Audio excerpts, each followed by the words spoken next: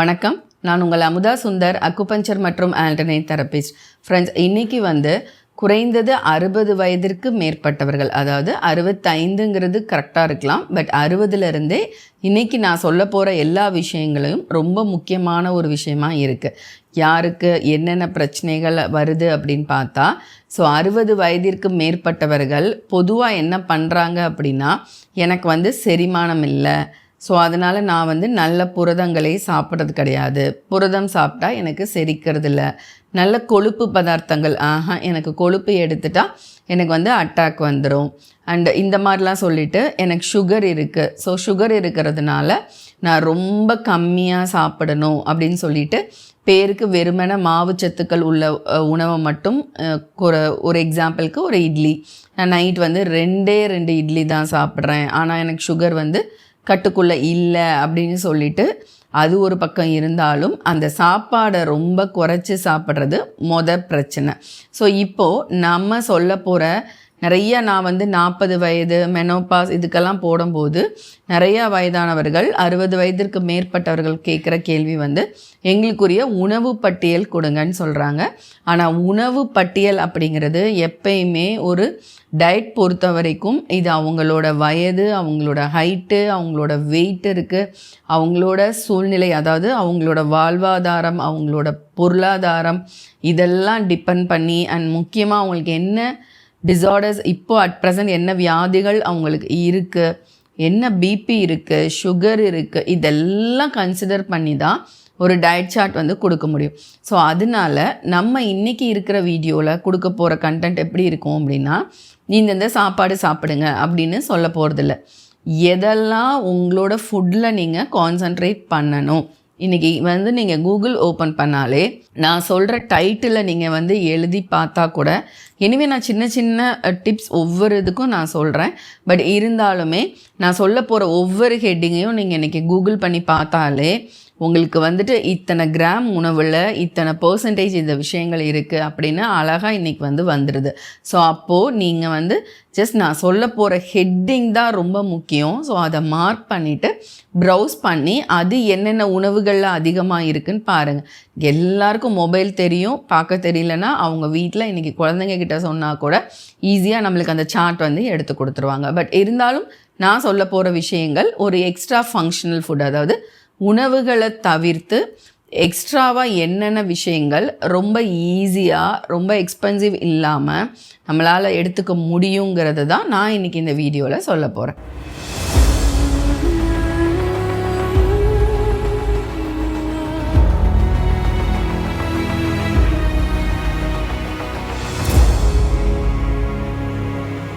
அந்த விதத்தில் ஃபஸ்ட்டு என்ன ஹெட்டிங், நான் சொல்ல போகிற ஹெட்டிங்ஸ் மட்டும் எழுதிக்கோங்க.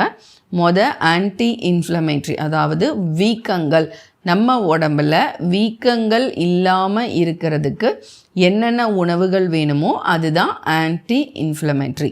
அடுத்து ஆன்டி ஆக்சிடென்ட், அதாவது நம்மளுக்கு எதிர்ப்பு சக்தியையும் நம்மளுக்கு ஸ்ட்ரெஸ்னால் வர சில பிரச்சனைகளையும் தவிர்க்கிற உணவுகளாக இருக்கணும், அதுதான் ஆன்டி ஆக்சிடென்ட்.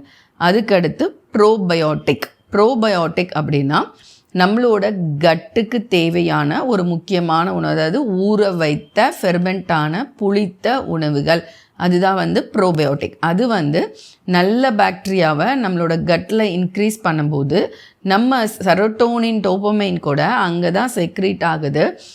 தூக்கத்தை நல்லா வர வைக்கும், மூடை நல்லா ஹாப்பியாக வச்சுருக்கும், அப்புறம் எதிர்ப்பு சக்தியை அதிகம் கொடுக்கும். இது எல்லாத்துக்குமே ப்ரோபயோட்டிக் வேணும். அதுக்கப்புறம் லோ கார்ப் டயட் முக்கியமானது, மாவுச்சத்து குறைந்த உணவுகள், நான் மேலே சொன்னெல்லாம் அதிகமாக எடுக்கணும், பட் மாவுச்சத்தை குறைக்கணும். ஹை புரோட்டீன், நல்ல புரத உணவுகளை சாப்பிட்ணும், ஈவன் முட்டை கூட நான் அதை லிஸ்ட் அவுட் பண்ணுறேன். அதுக்கடுத்து குட் ஃபேட், நல்ல கொழுப்பு உணவுகள் எடுக்கணும். நம்ம நினச்சிட்ருக்க மாதிரி கொழுப்பு சாப்பிட்டாலே அட்டாக் வந்துருமா, அது முழுவதும் தவறுங்கிறதுக்கு இன்றைக்கி ஏகப்பட்ட ஆராய்ச்சிகளும் வந்தாச்சு, ஏகப்பட்ட வீடியோஸ் இருக்குது. நம்மளோட அலோபதி டாக்டர்ஸே எல்லாருமே நிறைய டயட் அண்ட் நிறைய வீடியோஸ் போட்டிருக்காங்க. அதுக்கு ப்ரூஃப் சான்றிதழ்களோடு தான் அவங்களுமே சொல்லியிருக்காங்க.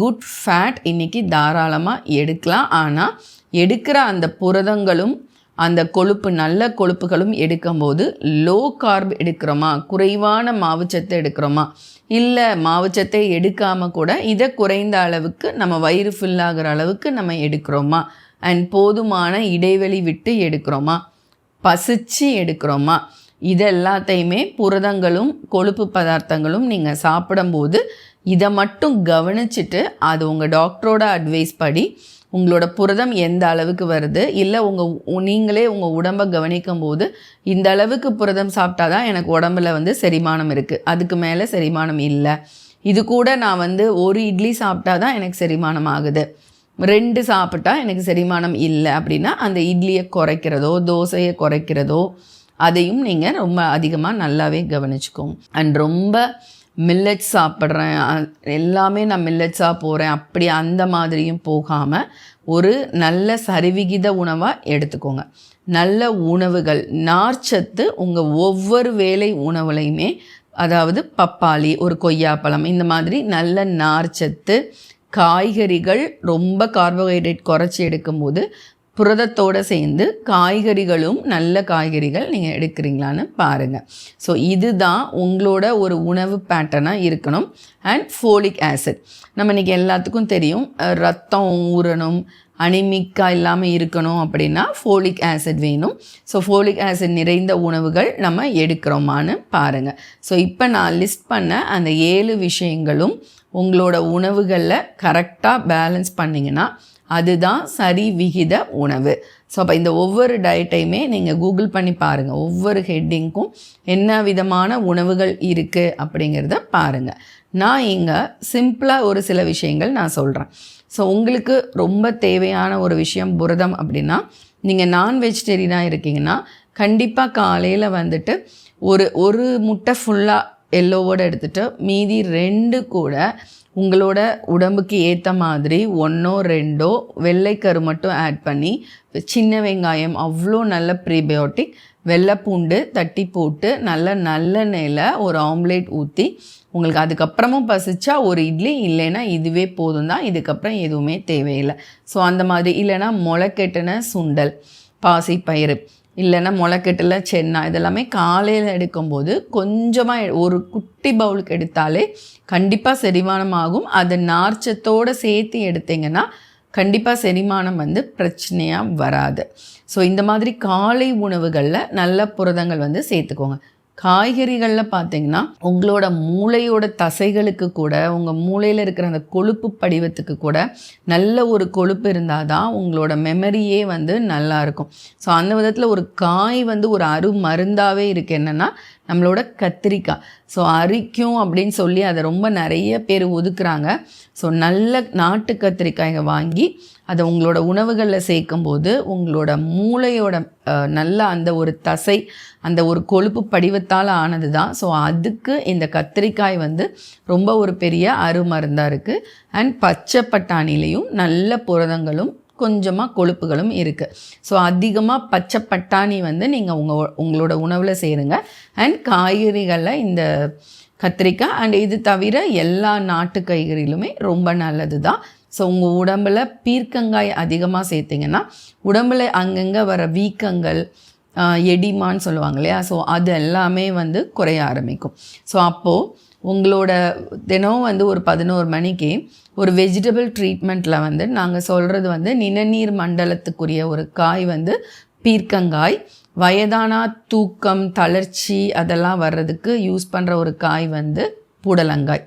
ஸோ கொஞ்சம் ஒரு 11 to 12க்குள்ளே வாரத்தில் ஒரு 3 நாள், ஒரு நாள் விட்டு ஒரு நாள், ஒரு அரை பீர்க்கங்காய், அரை புடலங்காய் நல்லா வாஷ் பண்ணிவிட்டு தோலோட கொட்டையோட 1/4 லெமன் மட்டும் அதில் தோலோடு அப்படியே போட்டு மிக்சியில் அடித்து கொஞ்சமாக உப்பு, மிளகு நல்லா போட்டுக்கலாம், வடிகட்டி குடிச்சிட்டு வாங்க. வாரத்தில் ஒரு 3 நாள் குடித்தாலே போதுமானது. அப்புறம் ஒரு நாள் பார்த்திங்கன்னா ஃபோலிக் ஆசிட் நிறைந்த உணவான கருவேப்பிலை ஒரு கைப்பிடி எடுத்து அதுலேயும் ஒரு 1/4 லெமன் மட்டும் தோலோடு போட்டு அடித்து உப்பு மிளகு போட்டு வடித்து குடிச்சிட்டு வாங்க. ஸோ இந்த 2ஐயுமே நான் சொன்ன ஒரு 3 காய், கருவேப்பிலை, கீரை, அது ஸோ 2 காய், இதெல்லாம் நீங்கள் கூகுள் பண்ணி பார்த்தாலே நான் மேலே சொன்ன நிறைய விஷயங்கள் இந்த காயில் வந்து இருக்கும். அதையும் நம்ம பச்சையாக வாரத்தில் அது ரொம்ப கம்மியான அரை பீர்க்கங்காய் அரை புடலங்காய் போட்டு வாரத்தில் 3 நாள் எடுக்கிறோம். கருவேப்பிலை உங்களுக்கு எந்த ஒரு சைடு எஃபெக்ட் பண்ணாது. ஈவன் குளிர்ச்சினாலுமே அது கூட உப்பு மிளகு ஆட் பண்ணும்போது அது வந்து உங்களுக்கு பெருசாக சளி பிடிக்கும், அந்த மாதிரி எந்த பிரச்சனையும் வராது. ஸோ ஃபோலிக் ஆசிட் சேர்த்துட்டோம். ப்ரோபயோட்டிக்னா மோர். ஸோ காலை உணவோடையோ இல்லை மதியம் உணவோடையோ நீங்கள் சாப்பிட்ற சாப்பாட்டை கொஞ்சமாக குறைச்சிட்டு கொஞ்சமாக வந்துட்டு ஒரு 200 ml வந்து தயிராக இருக்கக்கூடாது, நல்ல தண்ணியான 1 ஸ்பூன் தான் தயிர் இருக்கணும். அதை தண்ணியாக்கி அதில் மஞ்சள் தூள் மெயினாக ஆன்டி இன்ஃப்ளமேட்ரி அண்ட் மிளகு பெருங்காயத்தூள் போட்டு முருங்கைக்கீரையை பொடி பண்ணி வச்சுட்டு 1 டீஸ்பூன் முருங்கை இலை பொடி போட்டு மிக்சியில் பிளெண்ட் பண்ணி ஒரு 2 நாள், அதாவது ஒரு 7 நாளில் ஒரு 2 நாளோ 3 நாளோ இந்த காய் எடுக்கலாம். 1 நாள் கீரை அது கருவேப்பிலை எடுக்கலாம். மீதி இருக்கிற 2 நாளில் இந்த மோர் முருங்கைக்கீரை. ஸோ எல்லா நாளும் ஒரே உணவுகள் எடுக்காமல் அந்த 11 to 1க்குள்ளே ஏதாவது காஃபி டீ குடிக்கிறதோ இல்லை ஸ்நாக்ஸ் குடிக்கிறதையோ அவாய்ட் பண்ணிவிட்டு ரெகுலராக இந்த ஒரு ட்ரிங்க், ஏதாவது ஒரு ட்ரிங்க் அந்த டைம் எடுத்துகிட்டு வந்தீங்கன்னா உண்மையிலே உங்களுக்கு தேவையான ஒட்டுமொத்த சத்துக்களும் இப்போ நான் சொன்ன அந்த ஒரு 3 பானங்கள் சொன்னேன் இல்லையா, அதுலேருந்து உங்களுக்கு கிடச்சிரும், ப்ரோபயோட்டிக் கிடச்சிரும். அண்ட் அதுக்கப்புறம் காலை உணவு பார்க்கும்போது வாரத்தில் ஒரு 2 நாளாவது இட்லி தோசை இல்லை முட்டையுமே சாப்பிட்றத விட்டுட்டு நல்லா ஒரு 2 சில்லு எடுத்து தேங்காய் எடுத்து அதை பாலாக எடுத்து அதில் கொஞ்சமாக சோம்பு போட்டு கூட அரைச்சி அதை ஒரு பாலாக எடுத்து உங்களுக்கு சுகர் இல்லைன்னா கொஞ்சம் வெல்லம் வேணும்னாலும் தட்டி அதிலே போட்டு சுற்றி விட்டு குடிக்கலாம். ஏன்னா இது வந்து நல்ல கொழுப்பு. கண்டிப்பாக இது பெருசாக உங்களுக்கு கொலஸ்ட்ரால் ரொம்ப அதிகமாக இருந்தால் மட்டும் உங்கள் டாக்டரை நீங்கள் கன்சல்ட் பண்ணலாம். மற்றபடி காலை உணவுக்கு மித்த எல்லா உணவுகளையுமே விட்டுட்டு வெறுமனே வாரத்தில் ஒரு 2 நாள் தேங்காய் பால் மட்டும், ஒரு 2 நாள் எக்கு மட்டும், இந்த மாதிரி சாப்பிட்றது தான் நல்ல புரதம் உங்கள் உடம்புல நல்ல கொழுப்புகள் சேர ஆரம்பிக்கும். ஒரு நாள் ஆல்மண்ட், அதாவது பாதாம் உங்களால் ஈஸியாக வாங்கிக்க முடியும்னா நல்லா ஒரு 15 பாதாம் ஊற வச்சு தோல் உரிச்சிட்டு, உங்களுக்கு செரிமானம் கஷ்டமாக இருக்குன்னா தோல் உரிக்கலாம், இல்லைன்னா தேவையில்லை. அதை தண்ணியாக பால் மாதிரி இருத்து அதையும் காலையோட உணவில் எடுத்துக்கலாம்.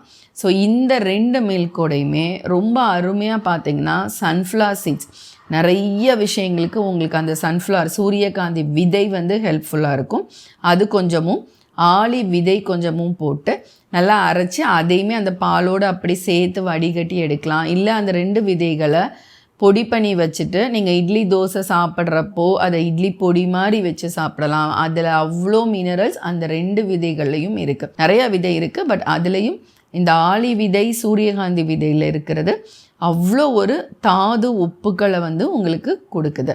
ஸோ இதெல்லாம் எடுத்துக்கோங்க. அண்ட் நான் மேலே சொன்ன எல்லா உணவுகளையும் பார்த்தீங்கனாலே பி காம்ப்ளெக்ஸ், அதாவது விட்டமின் பி சார்ந்த உணவுகள் ஃபுல்லாக தேவை உங்களுக்கு டைஜஷனுக்கு.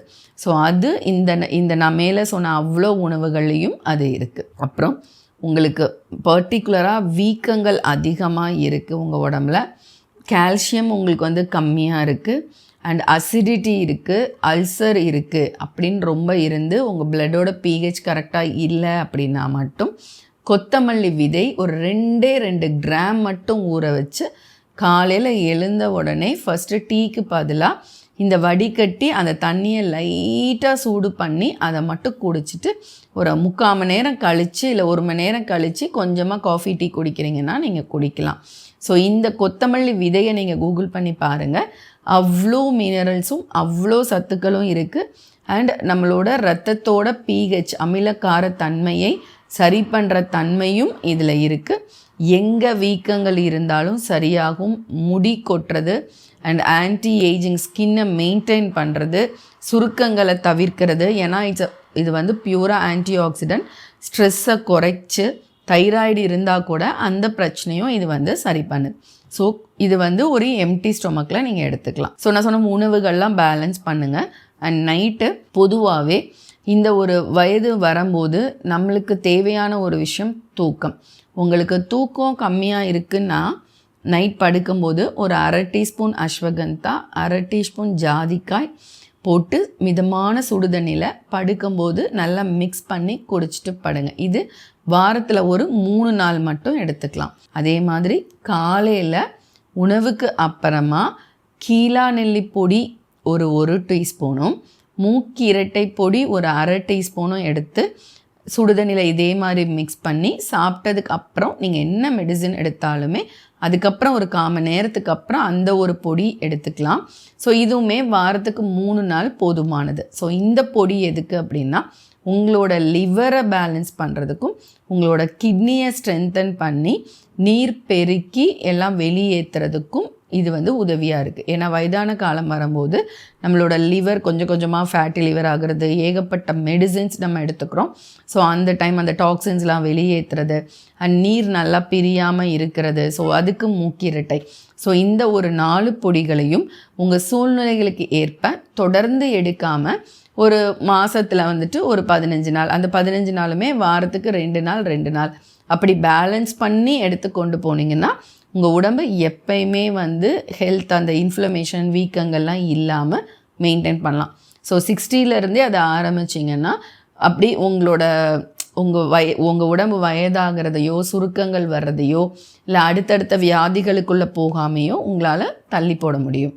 ஸோ இந்த பொடிகள் தேவைப்பட்டால் மட்டும் எடுத்துக்கலாம். அதனால் சாப்பிட்டதுக்கு அப்புறமா வாக்கிங் போகிற ஒரு பழக்கத்தை, அதாவது இரவு உணவுக்கு அப்புறம் வாக்கிங் போகிறதும் காலையில் மிதமானதில் அந்த கொத்தமல்லி விதை குடிச்சிட்டு வாக்கிங், அதாவது வெயிலை பார்க்குறதையும் ஒரு பழக்கமாக வச்சுக்கிட்டா இன்னும் கொஞ்சம் எக்ஸ்ட்ராவாக இந்த பொடிகள் வந்து உங்களுக்கு ரொம்ப அருமையாகவே ஹெல்ப் பண்ண ஆரம்பிக்கும். ஸோ இது தவிர ஈஸியாக பண்ணுற 2 முத்திரைகள் இருக்குது ரெகுலராகவே. ஸோ நீங்கள் வந்து பிராண முத்திரை, அதாவது இரத்த ஓட்டம் வயதானா தடைப்பட ஆரம்பிக்கும் அப்படிங்கிறதும், நம்மளோட நிறைய பிரச்சனைகள்னால இந்த கண் நரம்புகள் பாதிக்கப்படுறது, இந்த மாதிரி விஷயங்களும் நடக்குது. அண்ட் நம்மளுக்கு நிறையா அதாவது மலச்சிக்கல்களும் வருது. ஸோ நான் ஒரு 3 முத்திரை சொல்கிறேன். உங்களுக்கு இந்த பிரச்சனை இருக்குன்னா மட்டும் பண்ணலாம். ஆனால் பிராணமுத்ரா மட்டும் எல்லாருமே ரெகுலராகவே பண்ணலாம். ஸோ இந்த ஒரு சுண்டு விரலையும் நடுவிரலையும் பெருவிரலோடு இணைக்கணும். இதுதான் பிராணமுத்ரா. இது வந்து வாக்கிங் போகும்போது கூட நீங்கள் பண்ணலாம். ஸோ உங்களுக்கு அப்படியே சுறுசுறுப்பாக வாக்கிங் போக முடியும். ஒரு நாளைக்கு 10 நிமிடங்கள் அல்ல இன்னொரு தடவை பிரித்து 20 நிமிடங்கள் பண்ணலாம். ஆனால் நைட் தூங்கும்போது பண்ணாமல் இருக்கிறது நல்லது. அடுத்து அபான முத்திரை. நடுவிரலையும் மோதிர விரலையும் பெருவிரலோடு இப்படி இணைத்து மடியில் வச்சுக்கோங்க. இதுவுமே வந்துட்டு ஜஸ்ட் ஒரு 10 மினிட்ஸ், ஒரு டேக்கு 10 மினிட்ஸ் பண்ணாலே போதும். கான்ஸ்டிபேஷன், மலச்சிக்கல், அப்புறம் ஆன்சைட்டி, படபடப்பு, இந்த மாதிரி விஷயங்கள்லாம் இருக்குது அப்படின்னா அது வந்து உங்களுக்கு கட்டுக்குள்ளே வர்றதை உங்களால் பார்க்க முடியும். அண்ட் உங்கள் உடம்புல அங்கங்கே பெயின் இருக்குது, தூக்கம் வராமல் நைட் கஷ்டப்படுறீங்கன்னா வாயு முத்ரா. ஸோ இந்த ஆள்காட்டு விரலை பெருவிரல் கீழே இருக்கிற ரேகையில் நல்லா அப்படி வச்சு இப்படி மடக்கிக்கோங்க. ஸோ இதுதான் வந்து வாயு முத்ரா. ஏன்னா அந்த டைம் ரொம்ப உடம்புல வாயுக்கள் அதிகமாக இருக்கும், மைண்ட் அலப்பாயும், பழைய விஷயங்கள் யோசிச்சுட்டே இருக்கும். ஸோ அந்த மாதிரி இல்லாமல் மெயினாக இரவு படுக்கும்போது இதை இப்படி வச்சுட்டே படுத்தீங்கன்னா உங்களை அறியாமல் நீங்கள் தூங்குறத பார்க்கலாம். அண்ட் வாயு ரெடியூஸ் ஆகும்போது பெயின், உடம்புல வலிகள் இருந்தாலும் அந்த வலிகளும் குறைஞ்சு உங்களுக்கு நல்ல ஒரு தூக்கம் வந்து வரும். அண்ட் அக்குபஞ்சர் புள்ளிகள். ஸோ நான் சொன்ன மாதிரி நோய் எதிர்ப்பு சக்தியும் நல்ல பாக்டீரியாக்களும் இந்த டைம் ரொம்ப முக்கியம். கட்டோட ஹெல்த் ரொம்ப ரொம்ப முக்கியம். ஸோ ஏன்னா நம்ம லிவருக்கு வந்து ஒரு பொடிகள் எடுத்தாச்சு, அண்ட் முத்ரா ஜென்ரலாக ரத்த ஓட்டத்துக்கு எடுத்தாச்சு. பட் மெயினாக சரி பண்ண வேண்டியது நம்மளோட இம்யூனிட்டி. ஸோ அது மெயினாக இண்டஸ்டைனை பேஸ் பண்ணி தான் இருக்குது. பெருங்குடல், சிறுகுடல், பட் பெருங்குடலில் தான் மெயினாக நல்ல பாக்டீரியாக்கள் எல்லாம் வருது. ஸோ அதை கரெக்ட் பண்ணுறதுக்கு ரெகுலராக டெய்லி ஒரு 10 நிமிஷம் தூண்டக்கூடிய ஒரு புள்ளி LI11. ஸோ கை இப்படி மடிச்சுக்கோங்க. இந்த பெருவிரல் பக்கம் இங்கே நடுவில் அந்த ரேகை முடிகிற இடத்துல நல்லா அப்படி ப்ரெஸ் பண்ணி விடுங்க. மூச்சை இழுத்துட்டு 10 தடவை சுற்றி விடணும். ஒரு நாளைக்கு ஒரு தடவை பண்ணாலே போதுமானது தான். அது எப்போ வேணாலும் கொஞ்சம் வயிறு எம்டியாக இருக்கிறப்ப நீங்கள் அந்த புள்ளியை தூண்டலாம். எந்த கைகளில் வேணுனாலும் நீங்கள் வந்து தூண்டலாம். ஸோ இது வந்து உங்களோட இம்யூனிட்டி ஸ்ட்ரென்தன் பண்ணும், உங்கள் ரத்த ஓட்டத்தை சீராக்கும். உங்களுக்கு பிபி இருக்குன்னா கூட அதை கண்ட்ரோல் பண்ணுறதுக்கு உங்கள் மருந்துகளோட இந்த புள்ளி வந்து அருமையாக சப்போர்ட் பண்ணும். ரத்தத்தோட pH மெயின்டைன் பண்ணும். தலைவலி, படபடப்பெல்லாம் இருந்தாலும் இந்த புள்ளி வந்து உங்களுக்கு அந்த ஒரு விஷயத்துல இருந்து வெளிவர ரொம்ப உறுதுணையாக இருக்கும். ஸோ ஃப்ரெண்ட்ஸ், இப்போது இந்த வீடியோவில் ஜென்ரலாகவே 60 வயதில் இருந்தே நம்ம எந்தெந்த விஷயங்கள் எந்தெந்த மேட்டரில் நம்ம ரொம்ப கேர்ஃபுல்லாக இருக்கணும் அதை சார்ந்த சில உணவுகளை நான் பட்டியலிட்டிருக்கேன். ஸோ எல்லா உணவுகளையும் நம்மளால் கொடுக்க முடியாது. ஆனால் நீங்கள் கூகுள் பண்ணி பாருங்கள், நான் சொன்ன மாதிரி ஒவ்வொரு ஹெட்டிங்க்கு கீழேயும் அவ்வளோ உணவுகள் இருக்கும். அது உங்கள் உடம்பில் இருக்கிற மற்ற பிரச்சனைகளுக்கு சார்ந்து நீங்கள் அதை எடுக்கலாமா அப்படிங்கிறத உங்களோட டாக்டரோட அட்வைஸின் படியோ இல்லை நீங்கள் எடுத்து பார்த்து உங்களுக்கு எதாவது பிரச்சனை லைட்டாக ஒரு நாளாக செரிமானம் இல்லை அப்படிலாம் தோணுச்சுனாலோ அடுத்த நாள்லேருந்து அந்த உணவுகளை எடுக்காதீங்க. ஆனால் நான் சொன்ன சீட்ஸாக இருக்கட்டும், நட்ஸாக இருக்கட்டும், லைக் சூரியகாந்தி விதை, இந்த மாதிரி சில விஷயங்கள்லாம் கண்டிப்பாக உங்களுக்கு எந்த ஒரு இம்பேக்ட் சைடு எஃபெக்ட்ஸ் கொடுக்காது. ஆனால் எல்லாத்தையும் ஒரே உணவுகளை டெய்லி எடுக்காமல் மாற்றி ஏன்னா நான் சொன்ன உணவுகள்லாம் ஃபங்க்ஷனல் ஃபுட்ஸ், சாப்பாடு சொல்லலை, ஃபங்க்ஷனல் ஃபுட்னா எக்ஸ்ட்ரா உணவுகள். ஸோ அந்த எக்ஸ்ட்ரா உணவுகள்லாம் எதையுமே தினம் ஒரே உணவுகளை நம்ம நிறையாவும் எடுக்கக்கூடாது. ஸோ மாற்றி வாரத்தில் ஒரு ப்ரோட்டோக்காலாக வச்சு நீங்கள் செஞ்சிங்கன்னா உங்களோட லைஃப் ஸ்டைலை இந்த மாதிரி மாற்றிக்கிட்டிங்கன்னா கண்டிப்பாக உங்களோட ஹெல்த் ரொம்ப நல்லாயிருக்கும். உங்களுக்கு தெரிஞ்ச ஃப்ரெண்ட்ஸ் அண்ட் ரிலேட்டிவ்ஸ் எல்லாருக்குமே ஷேர் பண்ணுங்கள். இந்த வீடியோ உங்களுக்கு பிடிச்சிருந்ததுன்னா ஒரு லைக் கொடுங்க. நீங்கள் இன்னும் என்னோடய சேனலை சப்ஸ்கிரைப் பண்ணலைன்னா சப்ஸ்கிரைப் பண்ணிக்கோங்க. மற்றொரு உபயோகமான வீடியோவில் சந்திக்கிறேன். நன்றி, வணக்கம்.